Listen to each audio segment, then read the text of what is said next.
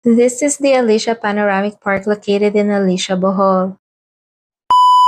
Welcome back! So kung napanood kayo ng last vlog ko, ito na nga yung day na mamumundo kami. Like I said nga, kasama namin si ate at napakahilig niya mag-hiking. Excited kami mag-asawa kasi nga it was 7 years ago yung last time na nakapag-hiking kami sa Sagada Mountain Province. So we plan to leave early. Nakaalis siguro kami ng hotel ng mga 5 a.m. And kung makikita niyo naman na I'm so lucky na I was able to capture this. Kasi nga for me, it is the most stunning sunrise I have ever experienced. So this beautiful scenery nga is located in Alicia, Bohol, a town about an hour away from our hotel in Candabong. And sobrang daming ganap nga yan that day kasi hindi lang Alicia Panoramic Park ang pupuntahan namin. Pupunta rin kami sa Can-Umantad Falls and Kadapdapan Rice Terraces. Padali nga lang siya kasi ang asawa ko ang nag-drive at may rental car kami. And hindi rin naman siya mahirap hanapin basta may Google Maps kayo. And here we are na guys sa entrance park nila. Wala kami binayad sa parking. Entrance fee for Filipinos is 100 pesos. For foreigners is 150. And these fees goes to municipal excluding the guide fee which is cost 300 pesos. And 5 pesos naman kung gusto niyo magrenta ng hiking stick. So guys, pwede na kayo mag-hike dito pala. Pero nag-offer yung tour guide namin if you wanna ride a motorbike, 10 pesos lang naman yung pamasahe. Ang sabi nga ni Kuya Jaime, mga 1 kilometro nga daw ang maibabawas. And ayan na nga, nandito na kami sa drop-off place nila. Sasamahan nyo kami guys kung kami ba'y magtatagumpay or hindi kami tutuloy. At syempre kung nakikita nyo naman, patag pa lang dito, wala pang pahirapan. And tinanong namin si Kuya Jaime kung gaano nga katagal ang hike. And sabi nga niya, the whole hike can take 1.5 to 4 hours depending on your pace. And by the way, bawat akyat nga nila, kailangan niya mag-igib ng tubig para sa public washroom nila pagdating mo dun sa taas. And sa mga hindi nakakaalam nga, simula na dumating kami dito sa Pilipinas, ako'y nagkasakit. Yung mga time na yan, recovery mode pa ako. Pero guys, hindi pa kami nakakarating sa taas. Tingnan niyo naman kung gaano kaganda. I can say this place is the one of the most scenic place that I have been to in Bohol. At yung mga time na nga na yan, ang dami na talaga naming hinto. Kasi nga sobrang taas na at nagpapalpitate na ako. Siguro nga mga 10 or 15 hakbang. Nagpapahinga na naman kami kasi nga hindi nga ako makahinga ng tama. At bigla nga ako nakaramdam ng hilo at nagpapalpitate nga yung puso ko. Dahil nga siguro nung pumunta kami dyan, I was not in the best physical condition because of our travels. Na hindi na nga ako nakakapag-exercise for months. So ayun, nahirapan ako kasi first time ko din nag-hike ng ganitong kastig. Thankful naman ako kasi nandyan si ate at saka yung asawa ko. Sabi nga nila okay lang daw na hindi na namin ituloy. Pero ako ayoko talagang pumayag kasi meron din ako isang vlog na nakita. Na sobrang physical fit niya pero normal lang talaga na mag-palpitate ka kasi nga sobrang taas. And ayan guys, finally kung nakikita niyo naman, nandito na nga kami sa taas. And kulang na lang talaga umiyak ako sa sobrang ganda. And sobrang happy nga ako kasi nga we did it. We made it to the top. And sobrang stunning niya guys. And sobrang feel na feel ko talaga yung moment habang naglalakad ako dito kasi feeling ko naglalakad ako sa heaven. And alam niyo ba, this hills rises 400 meters above sea level. And it's covered with long cogon grass. Habang nag-hike nga kami, tinanong namin kay Kuya Jaime kung paano nga na-describe itong hills na to. And this is what he said, Alicia Panoramic Park, also known as Binabahi Hills as per Bohol Tourism. Discover nga daw yan ng mga nagko-compete sa motocross kasi doon nga daw sila nagpa-practice. At ang sabi nga din niya, kung meron nga daw chocolate hills ang Bohol, syempre meron din silang green hills. And alam niyo ba na pwede kayong mag-camping dito? So ayan na, in-enjoy lang namin yung moment, nag-picture lang. And syempre hindi mawawala ang pagiging proud ko sa sarili ko kasi naakyat ko siya.